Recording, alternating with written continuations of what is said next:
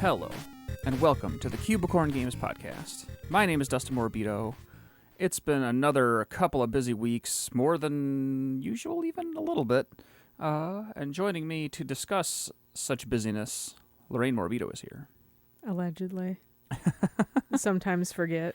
Yeah, we've had a bunch of little life stuff going on, just tasks, basic adult crap. Yeah, time literally got away from us last weekend. It was just kind of like, oh, we're doing, and then it's like, yeah, oh, it's a podcast week. Bunch of little appointments on the calendar. Gotta get your teeth clean. Gotta go to the bank. Gotta do this, that, and the other. And yeah, the podcast got away from us last week. And working on a bunch of game stuff, which we'll get into in a second. That was the bigger thing. In between all that, we're like, oh, we want to squeeze in time to work on stuff, and then that time to work on stuff could have been recording a quick little thing, and then Tuesday night rolls around, and we hadn't done anything, and it's just like, yeah, I like doing this whenever we can. I still hope to not go at least a whole month without one single podcast, but I have also reached the point, if I have a choice between actually getting stuff done on the game or doing something like this, doing some side thing that is kind of tangential to that, I'm choosing the game at this point.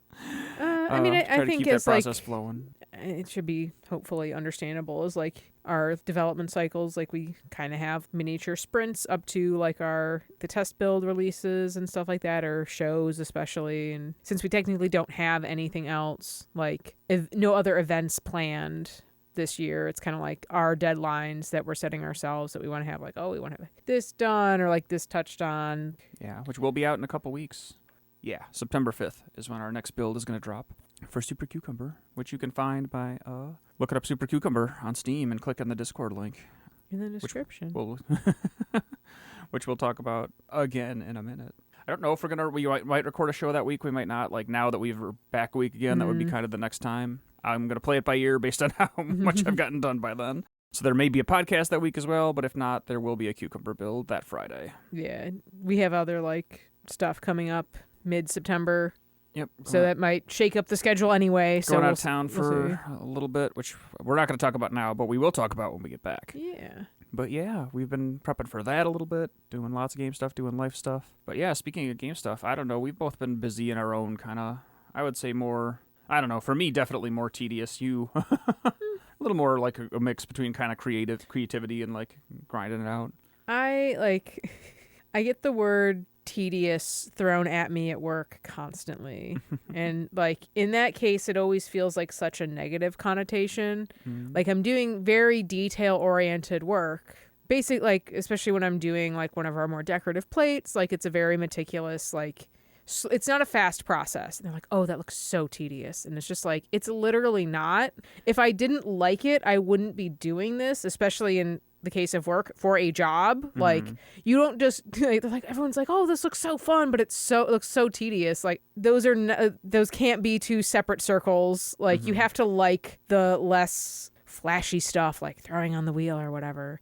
I don't know. I think just inherently a knee jerk of tedium or tedious is a very negative word to me now. I feel its connotation generally is it's not. I mean, it's negative to neutral. I would say it's more negative than neutral. But you don't just throw it around in a happy oh, I had all this tedious work to do today. No, that's you had a bad day. And it at least for what I'm doing game wise, which if you saw the post, the oops, we missed last week podcast post, Dustin had put some of the stuff that I've been doing in the Discord, which is redesigning, or at least not fully redesigning, I guess just kind of you can just call it renovating, the level select images for each of the towers. So the structures themselves, not the tile sets inside, just literally the physical denotation picture of them on the level select screen.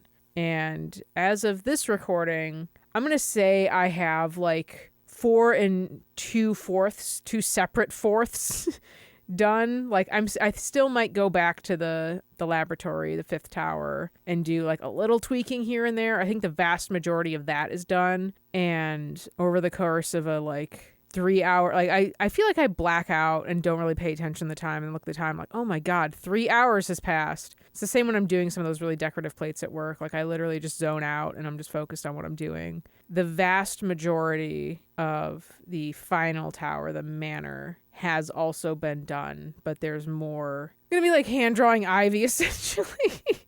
I am still for what I did fucking 10 years ago at this point. Like, I'm still very pleased with how I did the ivy. Like, it is like it was weird because it is technically a tile, and I think it was the whole thing. I think it was the leaves and the vines were all one thing, and then where it met the edge, where it was like an open space hanging over the side of the building, I hand did all of that. Or like wherever it tapered off and I wanted it to be a little less. Like, I'm still happy with that. I think that was, for my skill set at the time, that was really good. But with how I've been kind of less tiling and more hand doing everything, at the very least, I want to do that a little more organically. And when I almost started doing it after finishing literally the rest of the building. So like the masonry, all of that, like the building part of it is done, and I'm going to be adding more stuff on top of that. And I was just kind of like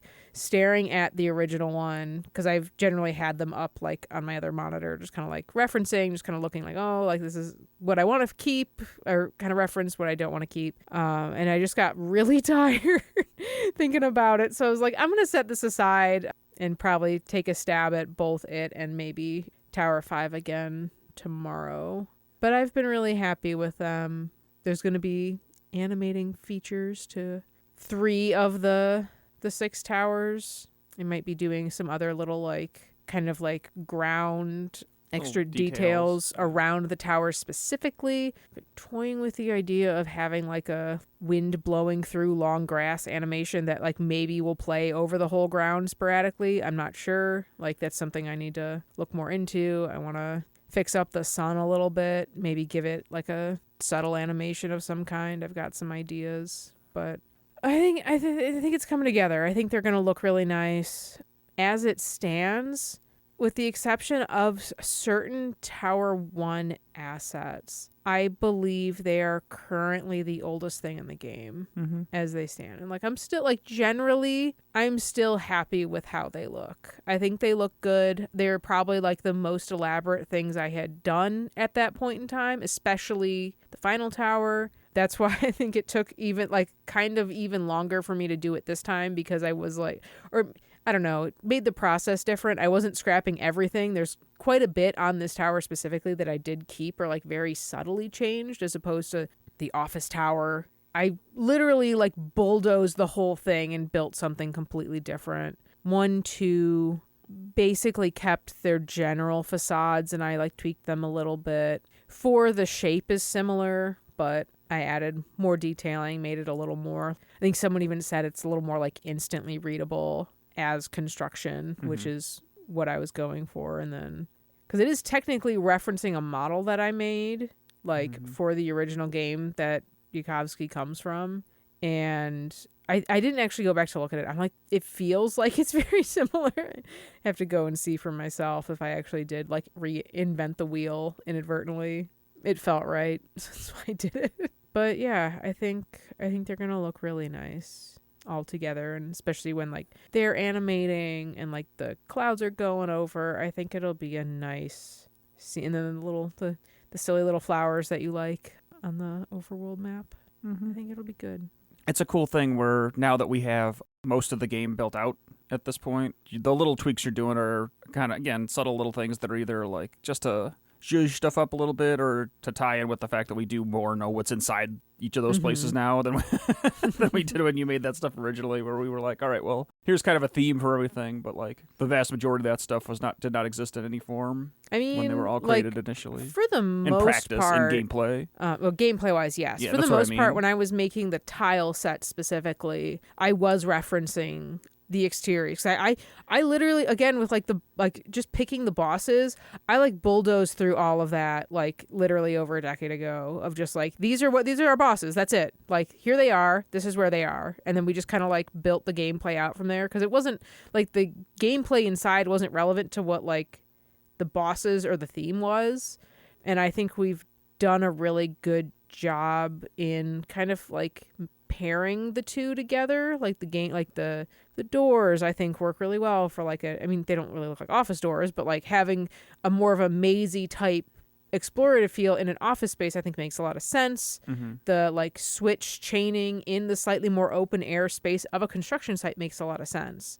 And I think because I honestly think you can come at it one of two ways. You can either like have the gameplay set and then like spit and polish from there and like kind of round out like, oh, this is what this does, so it should be this thing.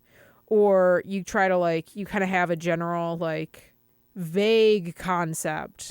Not super, I think the more specific the theme concept is, it will get you marred down in like a weird, like there'll be some kind of disconnect. But if you keep it kind of vague and then build the gameplay around that, I think can also like help influence the, like you're like, oh, what do I want to be happening in this kind of setting? I think either way is fine, but I think the more specific a theme is ahead of time, you might have like, it might feel more like you're shoehorning stuff in. You don't have as much design space. If you're really specific early on, I guess kind of in any regard, like keeping things vague is good because then you can build stuff organically. Because like I've gone back and like, I mean, we didn't really, I don't remember. I mean, I know we didn't have the switches in 4. 3's, I think there were some door stuff, but we've really like extrapolated that a lot more. But the construction tower specifically, like when we were kind of like, once you sort of finalized like the gimmick or like general vibe of the gameplay in 3, we kind of took a broader look and like, okay, we want something kind of like that for all of the towers.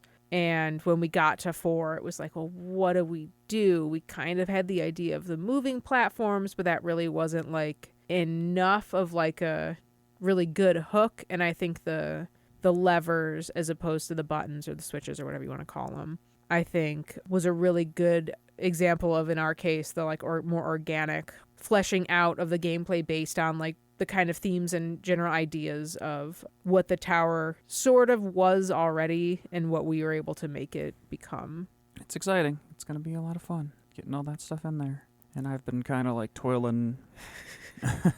Toiling is probably a really... Yeah. You're doing actually tedious work. Well, I've learned that I think over time, as I've distanced myself from day-to-day stuff of like really hardcore engineering stuff, I enjoy it even less than I did back then because I'm still not a very like systems level guy. Yeah, I don't revel in the nitty-gritty details of good enough is good enough for me. Like I don't revel in the minutia of how can I optimize this code by like 3 or 4 keystrokes? Yeah, like, that kind make of thing. Make it run like milliseconds. I definitely prefer creating millicycles or whatever. Creating gameplay and theory crafting that stuff. And implementing gameplay stuff is more fun for me because the loop was pretty tight of like... It's more tangible too. Yeah, of like of like effort to fun. Like there's a one-to-one relationship there. I was gonna like tangible in a way that like we want to be designing for the end user. Yeah. So for the last week and a half ish, I've been, because I wanted to make some changes to the UI objects in general, and then since I was already in there like working on basically the hood was already up. Like let's go. Yeah, I was already in there working on the way the tutorial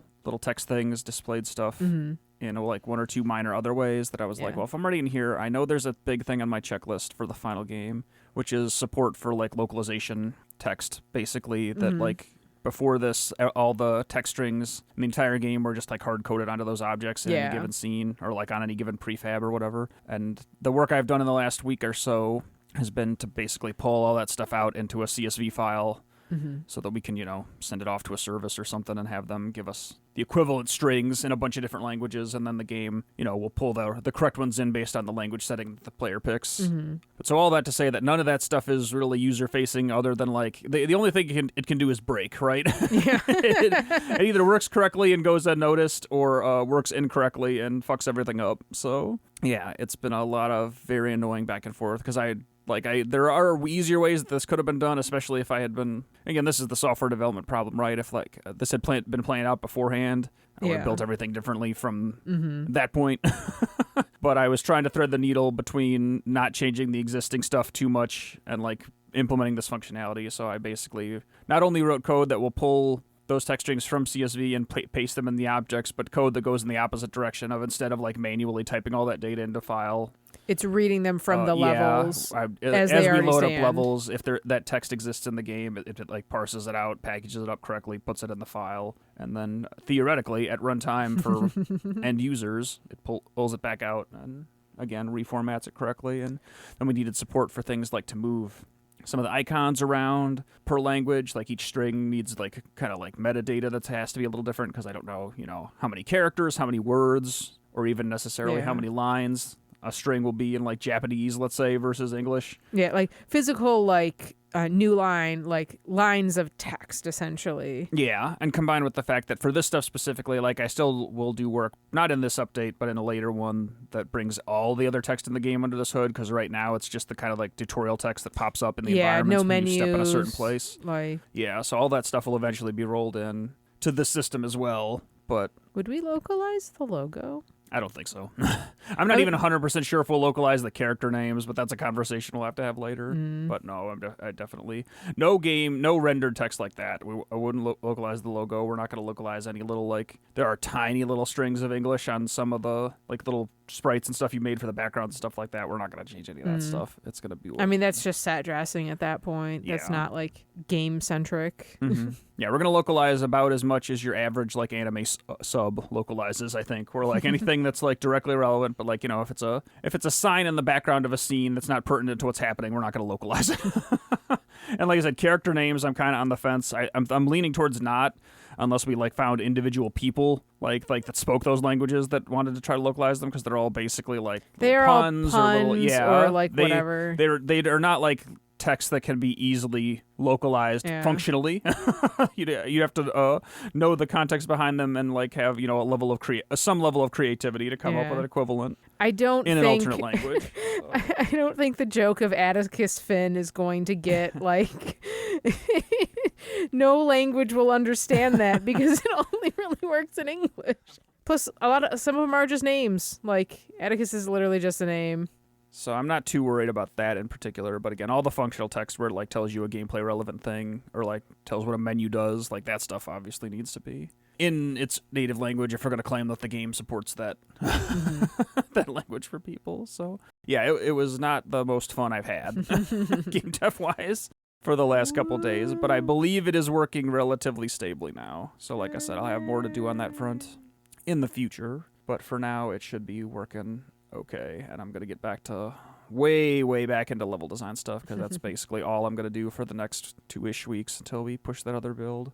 It's just grind, getting at least a skeleton stood up of most of the levels in Tower 5. That's not the skeleton tower. We scrapped the skeleton tower. In the laboratory area. But yeah, that's basically what I've been up to on the game front, so... Lots of work getting done. Again, there'll be like I said, that kind of stuff sucks because it's less forward facing. Like, people download that build. Like I said, it'll either be the same or worse if I screwed something up for the text stuff. So, but I also do like to that's the type of thing I don't want to wait to the very end for multiple reasons. Like one is like I wanted plenty of time to get it in someone's hands to translate that stuff. Yeah, so that's not like down to the wire or whatever. Yeah. And again, that's the kind of thing where like other people will fix it for you in terms of like, oh, if I did fuck something up really bad along the way, if it's in there early enough, people will find out now, as opposed to like if I was rushing to get that in like the last month before launch or something. Much higher risk of it just being fucked up accidentally in a way that I did not conceive of. And then it's out in the wild, and it's a whole thing. And are you just gonna like put the text objects in as you've been doing and have the like CSV file just like suck them up, or are you going to enter them like a different way for like new ones that No, I'll still do it the same way. I was just curious as you were talking more about that. I was like, because the positioning of the buttons and stuff in the environment kind of facilitates that too, right? For other reasons, but yeah, it is what it is. But it's coming along. I mean, if I get my stuff done, there'll at least be something kind of flashy and new and different. I learned a really annoying thing about Excel. Great. Like, even when you're working in CSV, which I don't think is a file format that supports formulas. Like, if you saved off a CSV file, like, But when I was trying to change, like I always try to make some minor tweaks to the data in Excel, like I would double click the file and open it, and just like some of those strings are just like weird numbers, right? Because they're like vector positions, they're just like coordinates or whatever. So I tried to change some of the value, and it's like that's not a valid formula, and I'm like, it's not a fucking formula, it's a fucking string. So I had to like reopen it in like Notepad++ or something instead, and just edit it there. Because at the end, a CSV is just a plain text format, really. So I don't know why it was doing that, but it's I guess maybe some hooks of modern Excel can give you Excel file functionality in like non-Excel file formats. I don't know, but it was super fucking annoying. And, I wonder if you opened it in like a open office type thing, if it wouldn't split the difference. Yeah, I could try. But I don't know how much that like they've tried to like copy parody that modern like, Excel functionality. So it could just be moot anyway. I don't know. Again, it wasn't the biggest deal ever. Yeah. It was just slightly more annoying than it should have been. Because at that point, what's the difference between an Excel file and a CSV file? If they just do the same thing. In Excel, rather. But fucking whatever. Beats me, man. I don't know anything. I will never have a shortage of complaints about Microsoft products. So the tedious is the perfect way to describe using anything made by Microsoft. Yeah. It is at best neutral and at worst deeply annoying. But I'll tell you something that's not annoying. It's definitely not me. I'm very annoying. Playing Astro Bot. Wow. So yeah, I'm very nearly done with that game, and I mean done in like the truest sense of the word, where I think there are 2 of the little time trial levels that unlock. You basically unlock a little set of time trial levels and a little set of like harder levels. Yeah. And then you do one final thing, and there's like one ultimate like master like challenge like kind the of run level. type thing in like something Super Mario World 2 or whatever. Something like that. Land So 2. I've beaten everything but the kind of like ultimate master challenge level. I haven't dabbled into any of the other like smaller challenge levels yet, and I haven't done 2 of the time trials, but everything else in that game I've completed. Which is again very rare for you. You don't normally get this like deep in the weeds, much less finish a game. Yeah, it's a testament to that game's quality that I was not only compelled to finish it, but have so far been compelled to like 100% it. Yeah, keep going, digging basically. Deeper. Nice. But it's just damn good. Like I have one medium-ish complaint that is extremely in the weeds that we'll get to in a second.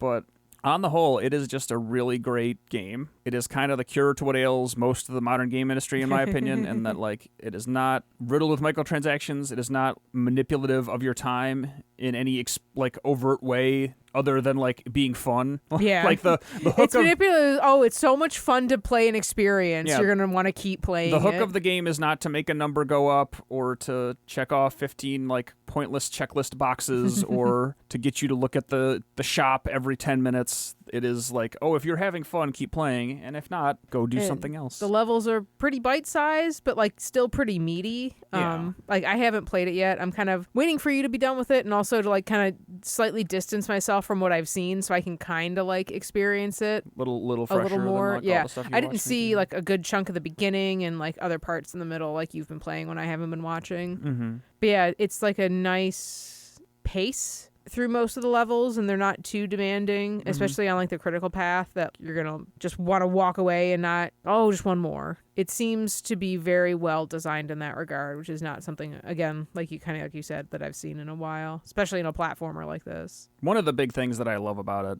and this is among many, this is more of a taste thing than like an overt quality thing necessarily. Although I have an argument that there's lots of quality to it too, but there's very, very, very little text in the game. It starts off with basically like a little skit. It does almost all of its kind of character building and just like pantomime, gesticular animation, right? Like how characters like move and like how their faces emote, and I think all that is like super smart and super well done and super cool. The tutorialization is mostly like it'll be like little video prompts on screen kind of showing what the controller like oh, here's the button you push, and here's kind of what happens in the environment when you push it, as opposed to even like little snippets of text describing what to do, which I think if you can make that work, like if you have the resources to implement it and can prove through playtesting that it works for people, I think is pretty optimal for a lot of reasons.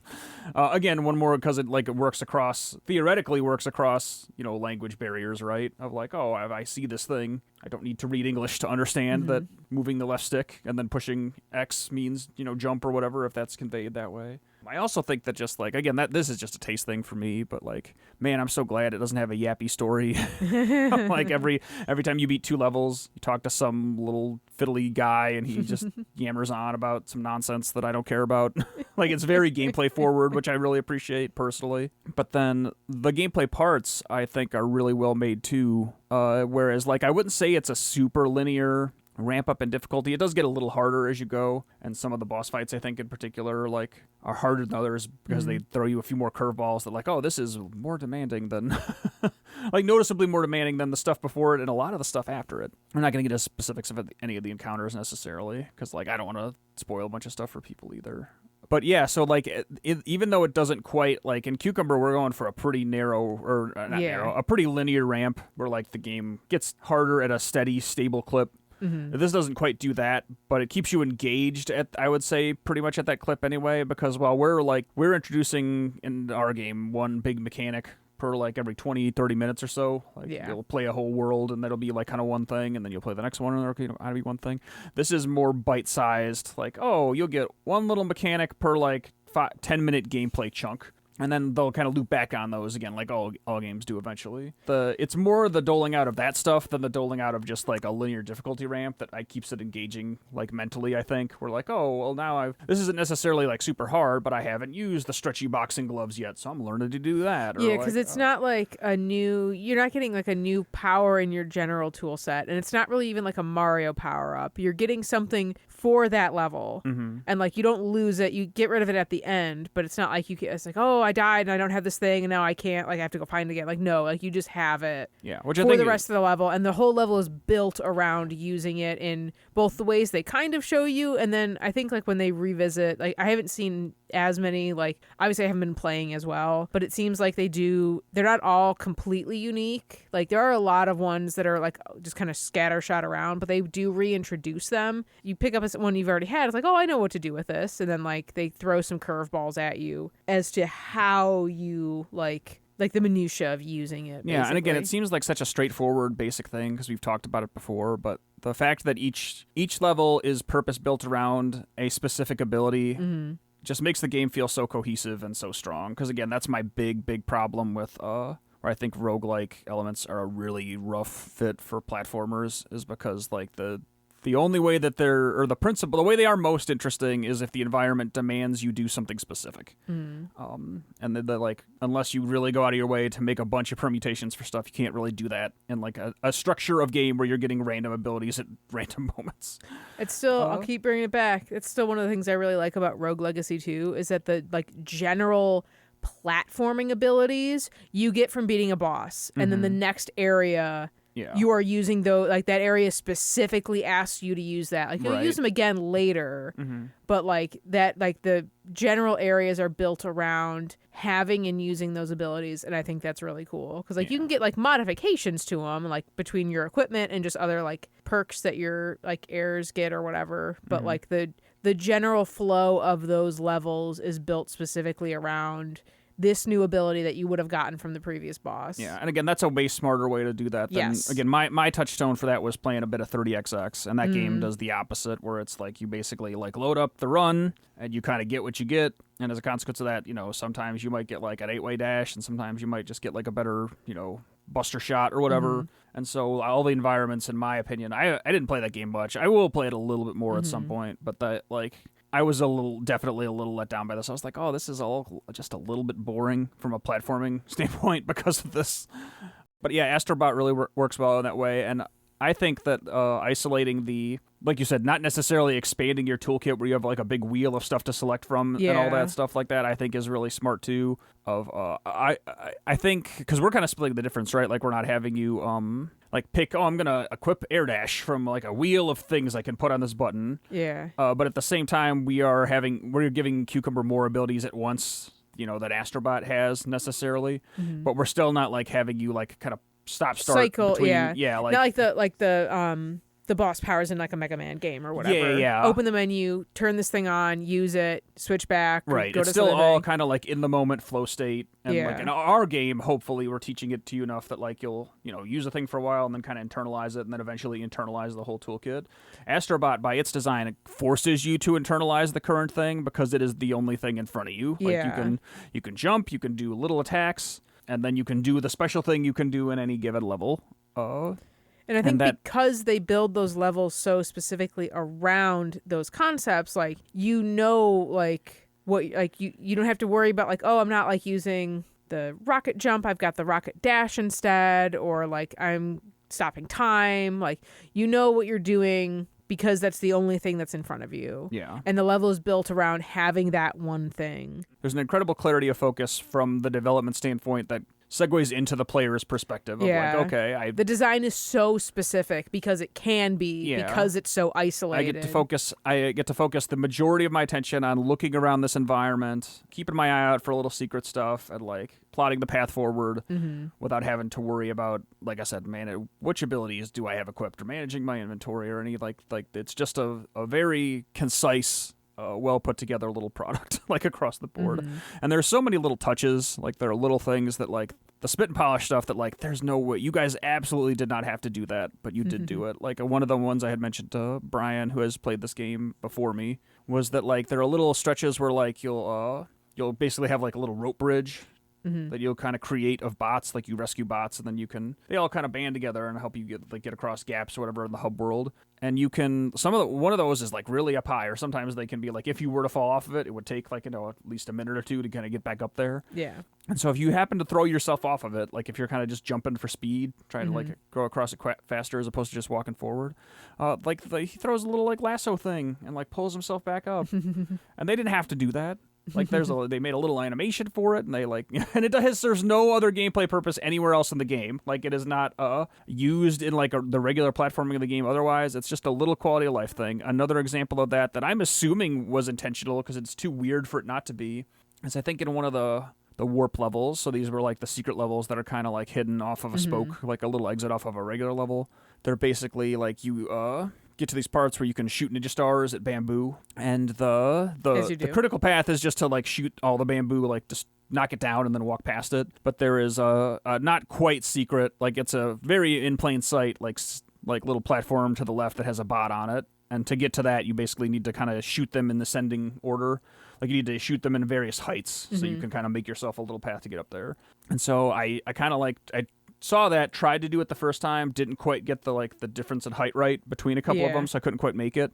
And then I threw myself off the edge, and then it restarted and it reset the bamboo. So I did it again, got it the second time, and then just for I was just testing the bounds at this point. I was like, well, does it just come back every time? And so after collecting the collectible, I threw myself off the edge again, and that time it didn't reset. So unless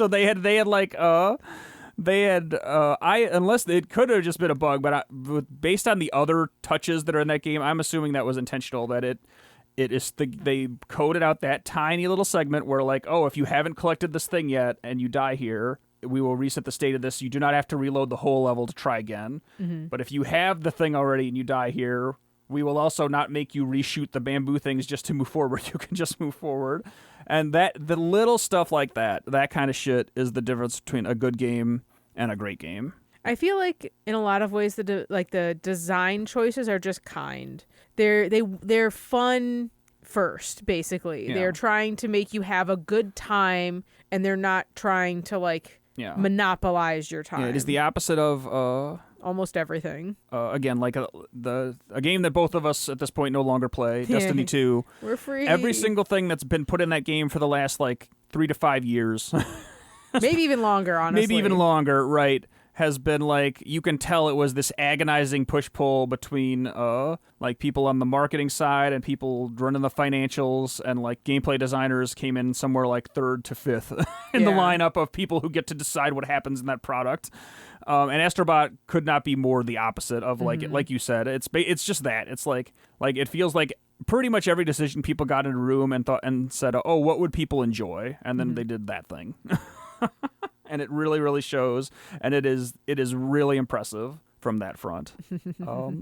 Yeah, my one very minor criticism that I ran into as I play a little more because I'm still doing the hardest stuff that is yet to be done, but there's a mechanic that mostly works very well where the game kind of prevents you from walking off ledges. Basically, if you're on like a platform and you walk to the edge of it and there is nothing underneath you, if the game detects that there's just like an empty void or a death trigger or whatever, it won't let you walk off a surface. Like it'll just kind of stop you at the edge. Over the course of the majority of that game, I think it is just a benefit for players. But when it gets to be really, really difficult, like when they're really pushing the bounds of what they've asked you to do before, I found it to be a little cumbersome.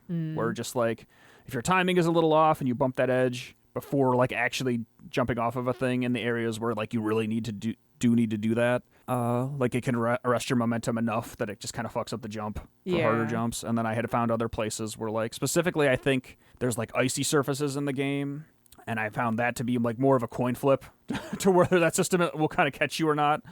There was a specific secret level, I think it was one of the X-shaped secret levels where like it was in the neighborhood of half the time like you would land on one of those icy things and like push towards the edge, and that system would catch you and stop you from falling off. And then sometimes it wouldn't, like you would push to the edge and you would just fall off. And so like you get in the mode of like maybe for an attempt or two, I'm leaning into it now, like I can tell that it's going to catch me, so I'm just going to push the edge, and then when I stop I'm going to jump. And that inconsistency really started getting under my skin in that particular level after a couple of attempts.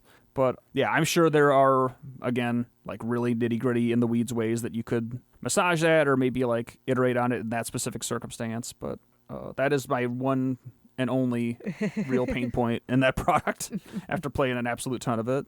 So yeah, Astro Bot's pretty darn good. If you like video games, that respect your time and attempts to deliver joy over bullshit, I would highly recommend Astro Bot for sure. Dustin has experienced whimsy for the first time in like 30 years or whatever. Heart grew 3 sizes. Pretty much.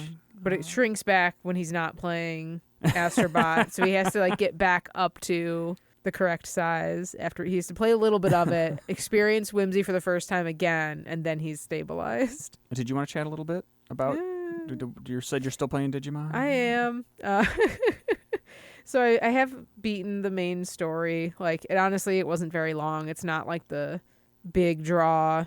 Like, it's fine. Like, the reason that it really didn't matter that I came in like basically not quite halfway through, but almost halfway through it after not playing it for like 8 years. Like, it didn't fucking matter. Like, I kind of read a summary and I'm like, okay, who cares? Moving on.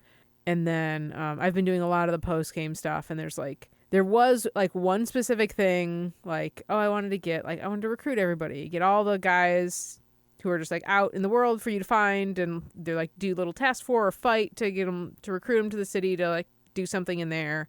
Wanted to get them all. And it turns out I didn't have the correct type of partner to do that because they have like different attributes, and I was missing. There's one specific guy that meets like all the attributes for this particular Digimon. So I was like, okay, I got to wait for like the life cycle on my current, because this is like a Digimon World Next Order, which is the game I've been playing. It's also like a enhanced version of a Vita game, if I remember correctly, that only came out in Japan. This is a PS4 game that I'm playing on the 5 because the only 5 game we own is Astro Bot. But it's kind of like, it's in the vein of some of the older Digimon World games, like for the PS1, which were more pet sim, kind of like the Tamagotchis that originated the whole franchise. So you're raising guys, like getting them stronger, doing stuff with them, whatever. And so I had to wait for my current partners who got like stupidly overpowered. Like, I was steamrolling everything. It was amazing. I had to wait for them to like get reborn and then pick the correct guys to like move on my way. And I ended up grinding because there are ways just to kill them. You can just shave days off their off their life if you really wanted to, because I think like average like 20 days in-game days, the clock moves like a minute a second basically. Like there's like a day-night cycle, all that stuff. It can go really fast. You can do things to make it go really fast too. But I was like, oh, like I've got like, I wanted to get like a certain other trophy, so like this is a perfect time to just kind of like mindlessly grind. And then I eventually ended up like sort of ticking other boxes that I wasn't really interested in finishing. I'm like, oh, I could finish that, like now that I'm doing this. So I'm like really close to maxing all the facilities, which is something I definitely didn't want to do because it's really like tedious. but I'm like one away. I just need one specific resource that no one is giving me a lot of, and it pisses me off. I'm like, oh, I'm getting all these like card collectibles or whatever, but I'm still having fun. It's like, it's a step below like a turn-based RPG in like the level of engagement, because like I am not controlling my partners while they fight. I can ask them to do things, and sometimes they'll listen to me, like if they don't have a status effect or whatever, and I can make them do like a really big attack once they're like certain meters are full. But like I'm basically doing nothing. So in the like kind of like generally really tired, burnt out state that I'm in, especially after work, it's great. I can just load it up. I'll have like a task going. If I get into a fight, it's like, you guys got it, especially now, because like as they get stronger and get reborn, they retain portions of those stats based on like your general skills. So like they started so much stronger this current life than last time. And I'm again just like in the mode of just like steamrolling almost everything as I like wait for days to pass for my guys to level up, to get the right guy, to recruit this last guy.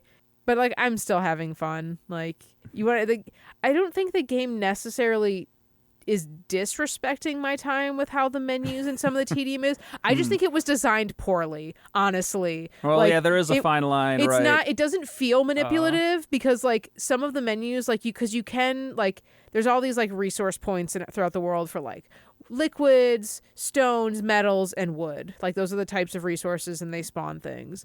And you can exchange lower level ones, like 5 of one into like 1 of another one. You can't do that multiple times at once. You have to just keep pressing the button. And I think that's just a bad design choice. It doesn't feel like, oh, we're trying to get you to play. Because there's no paid DLC for this game. There was DLC released, but it was all like, you're just like, oh, just go get this thing from the store. Maybe I had it already because I maybe pre-ordered this game like a trillion years ago and PlayStation remembers my purchase. I don't know. But like there's no like, I can't buy stuff with real money in the game. Like there's no those hooks. So there's no like that sounds storefront like or whatever. I think it's just badly designed. Just a poor quality of life decisions. Of like, again, that's a risky run. That's one of the reasons I like UI minimal games is that the more user interface there is in the game, the more likely you are to like accidentally make it super cumbersome. Because like it's only in things where you're like, there's certain menus that are like that. Because like when you're at a store, you can absolutely buy like multiples of one thing. So like the text there, but it's not applied it's just like it's infuriating. Because like I could probably have like all the resources I need if I wanted to sit through the like mind-numbing like exchanging my lowest level resource, all of it, because I don't fucking need it anymore, into the next one, like if I could just like max it, right? Because like they even kind of abscond their totals, like it's a whole thing. And again, this was like a Vita game at one point, so like, and it also, the funniest thing is like it is a Unity game. It shows that logo on top, and there are certain like quirks of the game, specifically audio related, that I'm just like, I'm pretty sure I understand exactly what's going on with this and why things function the way they do, and it's really funny to me. That is very funny. But like I'm still enjoying it. I'm still like, I picked this up again to curb my wait for the actual RPG that's coming out later this year. Yeah, I assume if you're not done with it by the time that other games it's out, you're going to drop it like a bad habit. Oh, absolutely. To play that thing. So Time Stranger is actually, because I think there is a difference between the Digimon story games and the Digimon World games. I think that's why they named this one the way they did. Because it was like a throwback to like the original Digimon World for the PS1. But like the story games are more bespoke. Like there's some aspects of that pet sim with how you like evolve your guys, but it is a like turn-based RPG system. I'm sure I've talked about them before. Cyber Sleuth and Hacker's Memory are the previous 2 Digimon story games that came out a couple years ago. I platinumed both of those. I really enjoyed them. They're solid games. A lot of the time they're sold as a bundle because the one is kind of a sequel to the other, but kind of runs tangentially to the first story. Both really good. I liked those a lot. I'm very excited for Time Stranger.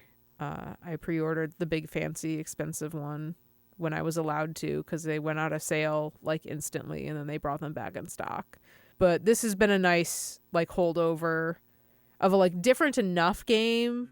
It was between this and Tales of Vesperia that I was like, oh, these are games that I never really played or finished on the PS4. Like, it's been, oh God, like probably like 15 years since I played Tales of Vesperia on the 360.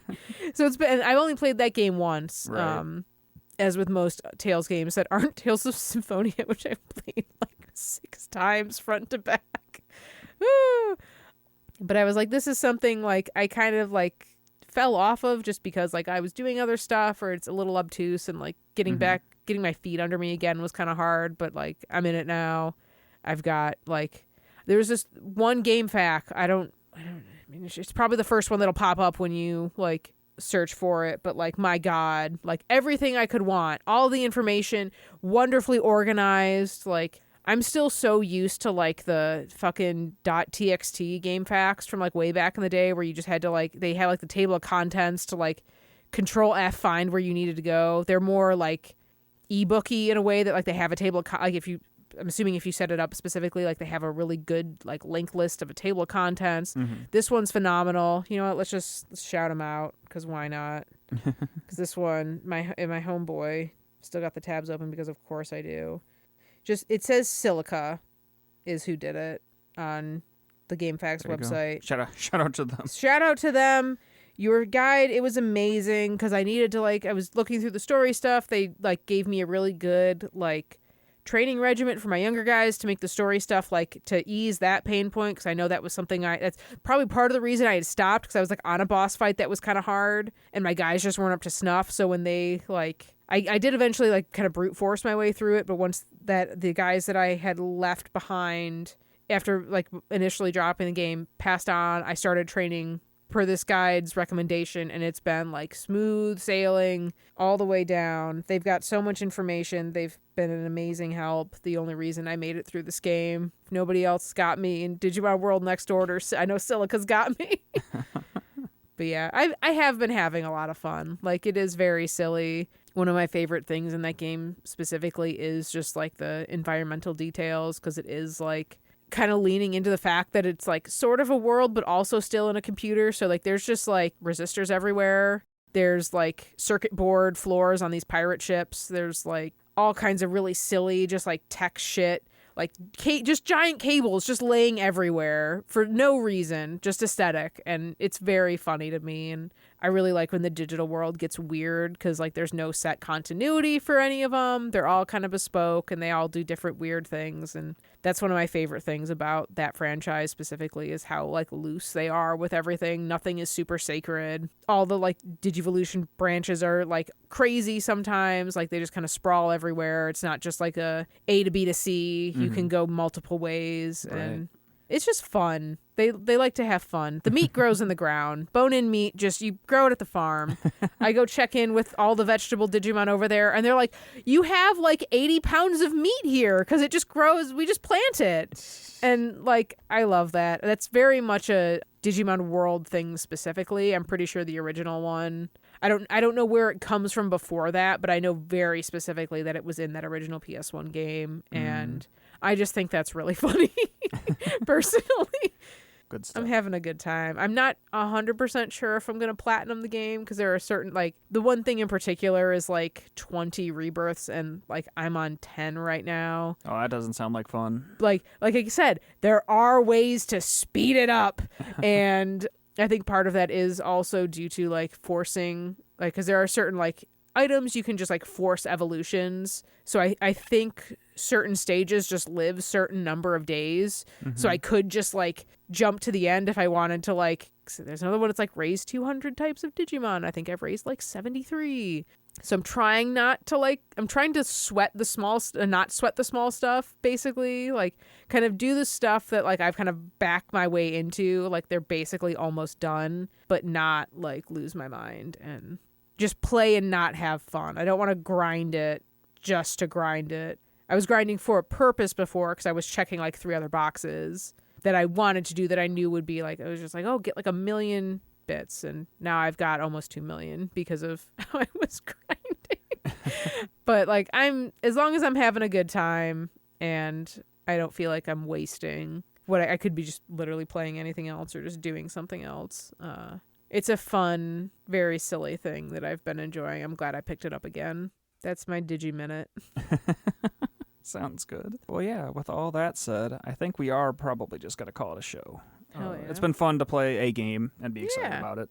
Like you said, for me, is it few and far between the number of games that I engage with on that level. And I'd like to say it's because I have a very high standard of quality. I think that's a little bit of it. I am also pretty easily distracted. So I think that combination of a very approachable thing that is very good is right where my wheelhouse is. You're less... I don't mean this as like a slight, but you're a little less willing to like stoop to a game's level. Like if it's like, oh yeah, if it's not 100%. Like that's just a fact. You're not as willing to meet a game where it is. No, like if you're fair. like rubbed that's totally the wrong accurate. way, like I'm sure if you played even like 5 minutes of that Digimon game, you'd be losing your mind. I like would quit, never come back. The probably. Dustin brain can't comprehend.